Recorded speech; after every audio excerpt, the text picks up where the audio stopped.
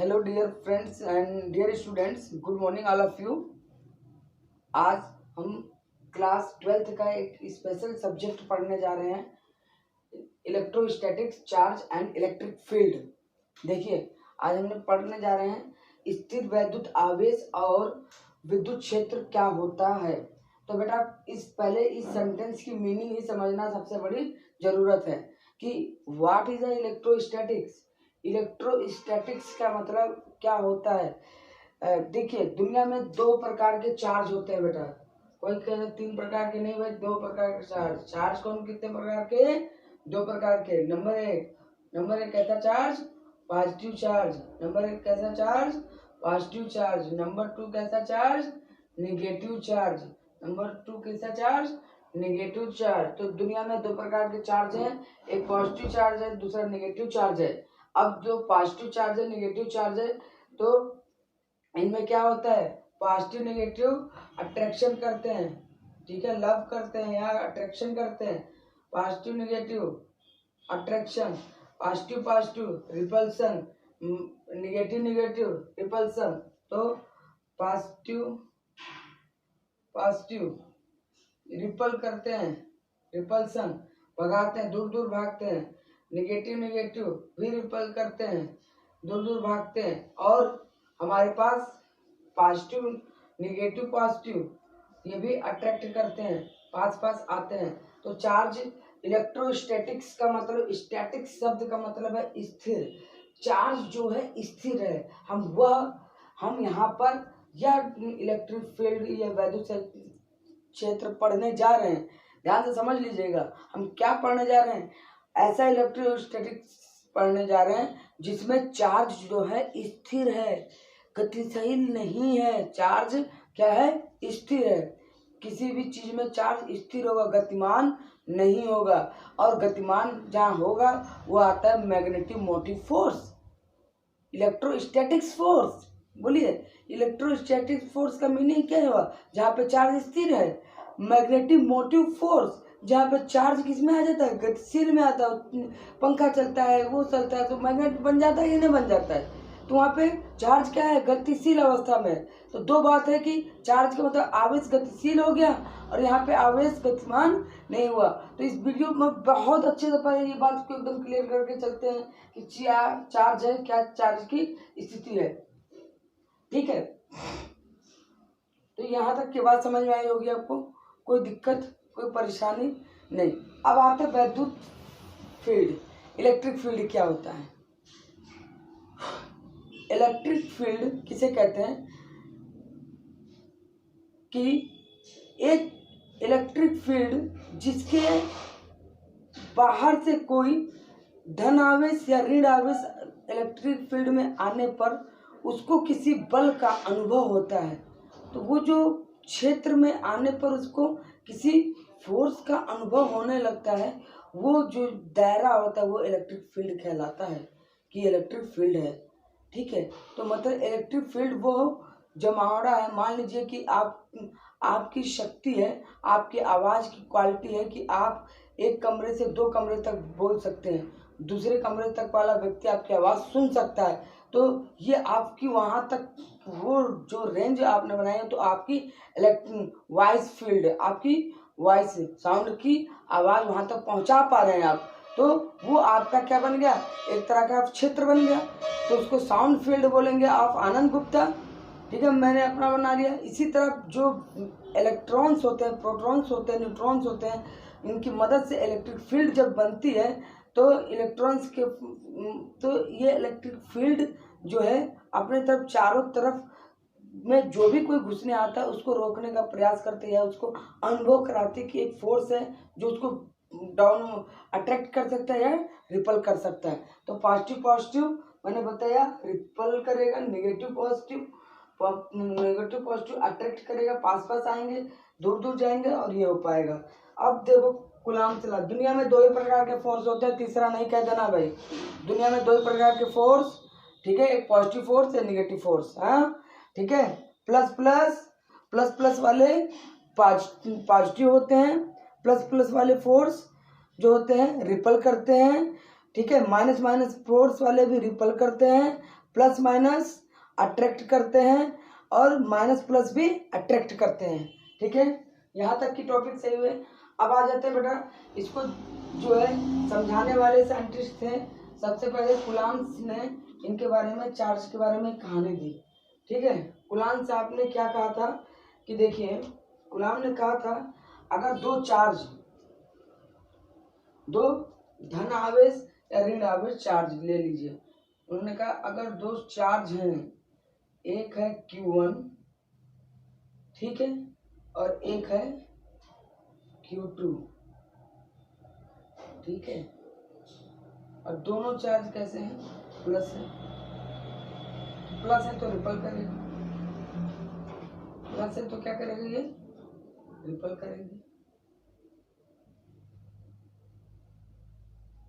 इनके बीच की डिस्टेंस जो है R कर दें, R इनके बीच की डिस्टेंस होगी। ध्यान से देखिएगा, हमारे कुलाम साहब ने कहा था अगर दो पॉजिटिव या नेगेटिव या पॉजिटिव या नेगेटिव पॉजिटिव चार्ज को हम अगर एक पास ले आए, ठीक है, तो उनके बीच में एक विशेष दूरी पर एक बल कार्यरत रहता है। यह जो बल है निम्न बातों पर निर्भर करता है। अब ये इन बिंदु आवेश के कारण दो चार्जों को जब हमने पकड़ लिया और एक निश्चित दूरी पर रख दिया, तो वो दूरी से क्या कंक्लूजन देते हैं, वो उन्होंने कहा कि यहाँ पर कुलाम साहब ने क्या कहा, कुलाम ला, ठीक है, कुलाम का नियम देखिए बेटा, मैं जितनी चीजें बताऊंगा सब नहीं बताऊंगा। कुलाम्स का नियम, चार्ज कैसे पैदा हुआ, रगड़ने से पहली बार पैदा हुआ था। ठीक है, पत्थर तो काटते तो आग जली थी, उस समय जनरेट हो गया था चार्ज। ठीक है, कुलाम्स का नियम क्या कहता है कि जो फोर्स होता है इन दोनों के बीच में लगने वाला फोर्स F डायरेक्टली प्रोपोर्शनल होता है Q1 इंटू Q2। कोई डाउट है? F directly proportional to Q1 Q2। F अनुक्रमानुपाती होता है, F अनुक्रमानुपाती या समानुपाती होता है, Q1 और Q2 के समानुपाती होता है या अनुक्रमानुपाती होता है। और यही बल F जो होता है व्युत्क्रमानुपाती होता है, 1/r² के व्युत्क्रमानुपाती होता है। अब हम इन दोनों इक्वेशन को एक करने, अगर इक्वेशन 1 डाल दिया है, इक्वेशन आपने 2 लिख लिया है, ठीक है, तो इन दोनों इक्वेशन को मिला के लिखेंगे F directly proportional to Q1 Q2 upon r²। ठीक है, अब प्रोपोर्शन का साइन हटेगा बेटा, एक नियतांक आएगा, वो नियतांक है k, तो इसको अब हम यहाँ पे लिखते हैं फिर से। ठीक है, डायग्राम देख लिया आपने, यहाँ तक नोट करके अब आ जाते हैं यहाँ पे। F is equal to K Q1 Q2 upon r²। F equal to K Q1 Q2 upon r²। K जहाँ पर नियतांक है, कांस्टेंट है, ठीक है, इस वैल्यू की नियतांक बोल सकते हैं, जिसका मान k बराबर होता है क्या, 1/4 pi epsilon not Q1 Q2 upon r²। यही हमारा फोर्स जो है निकल के आ गया, ये कोलम्बियन फोर्स। ठीक है, और ये जो 1/4 पाई एप्सिलॉन नॉट की वैल्यू जो होती है वो ये भी होती है, F इक्वल टू 9 into 10⁹ Q1 Q2 upon r²। तो अब मैं अभी इसको डिस्क्राइब कर देता हूँ। देखिए हमारे गुलाम साहब ने बोला था कि ब्रह्मांड में कोई भी दो चार्ज अगर होते हैं तो उनके बीच में कोई दूरी होगी, तो उस निश्चित दूरी पे वो चार्ज जो है एक दूसरे के पास जब भी आएंगे, या दूर भागेंगे या पास आएंगे, तो जब दूर या पास भागते हैं तो उनके पास एक दूरी लगता है तो उसके बीच में कार्यरत एक बल कार्य करेगा। वो बल जरूर कार्य करेगा, क्योंकि इलेक्ट्रिक फील्ड जनरेट हो रही है तो फोर्स जनरेट जरूर होगा। तो वो जो बल है, अब वो बल कार्य करता है तो क्या कार्य करता है देखिएगा। तो अब मैंने बताया कि कुलाम साहब ने कहा कि बल कार्यरत है। वो बल जो है उन दोनों आवेशों के गुणनफल के अनुक्रमानुपाती, दोनों आवेशों के गुणनफल के अनुक्रमानुपाती होता है। आवेश है उनके गुणनफल के अनुक्रमानुपाती। मैं जितने बार मैं रिवीजन कर रहा हूँ, यू कैन आल्सो भी रिपीट दिस, ठीक है। आवेशों के गुणनफल के अनुक्रमानुपाती और उनके दूरी के वर्ग के व्युत्क्रमानुपाती होता है। अब इन दोनों साइन से हमने निकाल लिया F directly proportional to Q1 Q2 upon R square. कहीं जाने की जरूरत नहीं बेटा, सब यहीं पे मिलेगा तुम्हें, नया पूरा टॉपिक। फिर हमारा F equal to K Q1 Q2 upon R square, constant हटा दिया तो ये रिपल अनुक्रमानुपाती का साइन हटेगा, तो नियतांक आया वो K आया, और K की वैल्यू होती है 1/4πε0, ठीक है। और ε0 ये तुम्हारी पूरी वैल्यू हो गई K की, और 1/4πε0 की वैल्यू होती है 9 × 10⁹ Q1 Q2 upon R square. तो यहाँ तक डियर फ्रेंड आपको अच्छे से समझ में आ रहा होगा जो चीज़ मैंने कहा आपसे, ठीक है।